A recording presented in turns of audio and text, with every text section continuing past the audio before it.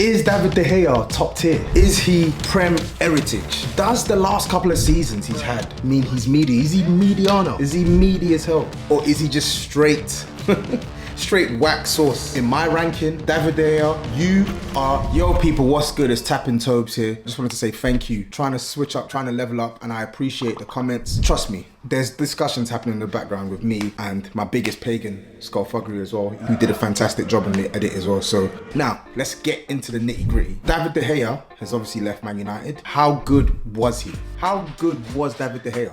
Really and truly. I've got 6 different tiers. Right at the bottom, you've got wax sauce. That means you are dog crap, you are poo-poo, you are horrible, whack sauce. Then you got his watch is fake. So this is for the goalkeepers who had a little bit of buzz or had some sort of rep and have just flat to deceive. And you've then got mediana. Mediana is, you're all right. You ain't the worst, but you ain't the best. You've then got on his day merchant. You're good. You've got a rep about you, but you're not elite. You ain't levels. Then you have Premier League heritage. This category is reserved for those players that couldn't really hang when it comes to the all-timers, but deserve an honorable mention because they have just been exceptional. Then, he's an all-timer. Now, we're speaking purely from a Premier League perspective, not all-time football perspective. We're speaking Premier League perspective before people start getting confused. I want to give you an example of what these categories mean. And I'm going to give you those examples using Arsenal goalkeepers. Why not? Why not use the ops? So 6 goalkeepers that have played for Arsenal. Just to give you a flavour of what is I'm talking about and what these categories mean. Wax sauce is obviously at the bottom. You're stealing a living. My entry at this category is Renarsson, flapping his wrists when Arsenal played Man City a couple of seasons ago in the League Cup. Horrible goalkeeper. The less said about him, the better. You've then got his watch is fake. This one, I'm giving this to Almunia. The guy stunk. He really thought he was him. The guy damn near dyed his hair blonde. He stunk. Just go and ask David Bentley. Just go and ask David Bentley. The next category is mediana. And you know who I'm going to put in here? No. I'm going to put in that cocky passion merchant, Ramsdale. You are meaty. You are meaty. He goes into mediana. Calm down. Then we got on his day merchant. And I'm going to give this one to David Seaman. Very good goalkeeper. Very good goalkeeper. Probably higher than that on his day. But let's be real. Wasn't a world-class or generational goalkeeper by any stretch of the imagination for me. So from what I watched anyway when I started watching football, so he goes into that category. So very good goalkeeper. On his day he can be elite, but yeah. Then you have Prem heritage. And I'm giving this one to Jens Lehmann. I don't have him as a all-time Premier League great personally. However, he is without a doubt one of the best goalkeepers I've seen in this league, and has the trophies and the quality performances and the rep to show for it. So that's my definition of heritage. He is Prem heritage. Bad boy. Now the first tier, this is a Premier League all-timer. Peter Cech. I'm not sure if you can see this. Precious Funatis. For 22 years, you've been crap. Remember I said these are goalkeepers that have played for Arsenal. Peter Cech, obviously, I feel like he dedicated his worst years to Arsenal, to be honest. He was meant to come in and they said, oh, he's going to be the one that... he's going to be the one that saves Arsenal 10 points. And he ended up costing Arsenal 10 points per season because he just lost it. For me, he's the best ever goalkeeper I've seen in the Premier League. So he goes into the category of he's an all-timer. What have you won? Now, David De Gea. There's a lot of discourse. Is he top 5? Is he top 10? Is he even top anything?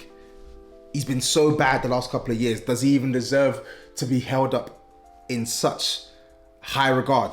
David De Gea, it's an interesting one because I feel like David De Gea throughout his stint at Man United, he could actually fall under a lot of these categories. When he first came to Man United, he came with a reputation. I think United bought him around like 20 million. There was high hopes for David De Gea, one of the best young goalkeepers in Spain. They bought him from Atletico Madrid. And what happened after that was just a series of howlers. Just a bad goalkeeper. He looked weak. He just looked like he just wasn't suited to the Prem. His first season was a rude awakening. You know, like when some players leave one in on a player and they say, oh yeah, welcome to the Premier League, bro.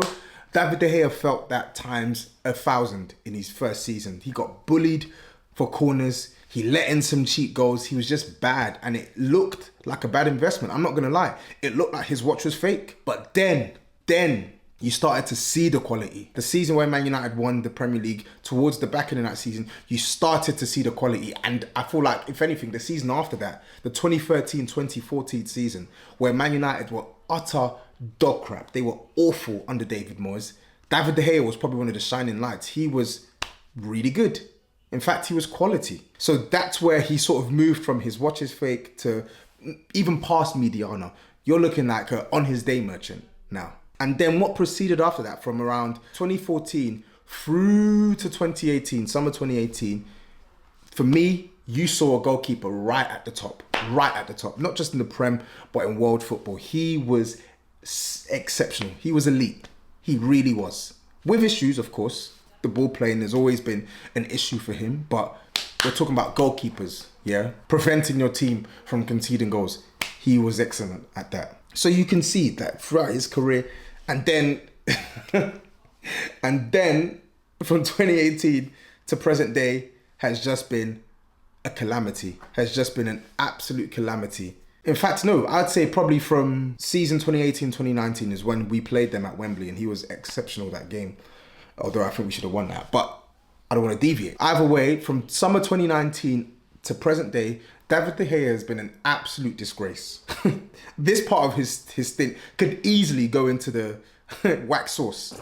In fact, it does go into the wax sauce because he has stunk. Throwing the ball into his own net, flapping at corners, letting shots that are basically trickling along the grass just go past him. Bruv, just weak as hell. The shot stopping was meant to be his USP, and he just, he stunk.